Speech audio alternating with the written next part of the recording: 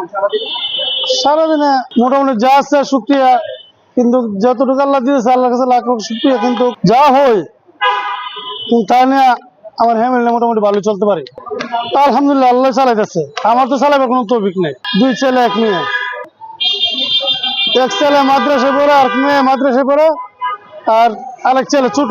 কি সঙ্গত এটা মনে করেন, আমি একটু কথা বলি, আমি হচ্ছে একটু পেট খাওয়া মানুষ, এটা তো আমার ফ্যামিলি সংসার চলে। কারণ এই বিষয় নিয়ে আমার সাথে তক্কর না করে সবচেয়ে বেটার। এই বিষয়ে আমি কোনো কিছু বলতে চাই না। এটা আমি চলতেছি আলহামদুলিল্লাহ, যতটুকু আল্লাহর কাছে শুকরিয়া। তাই আর এর বিষয়ে কোনো কিছু বলতে চাই না আর কি। এটার বিষয়ে আমার জানাই না কিছু। আমাদের ব্যবসাটা এমন একটা জিনিস, যে ফুটপাতের ব্যবসা কখনো ভালো হয় কখনো খারাপ হয়, কিন্তু সামনে ঈদের দিন আসতেছে, ঈদের 15 দিন আগ থেকে আমাদের ব্যবসা কিন্তু নর্মালে আসে পড়বে।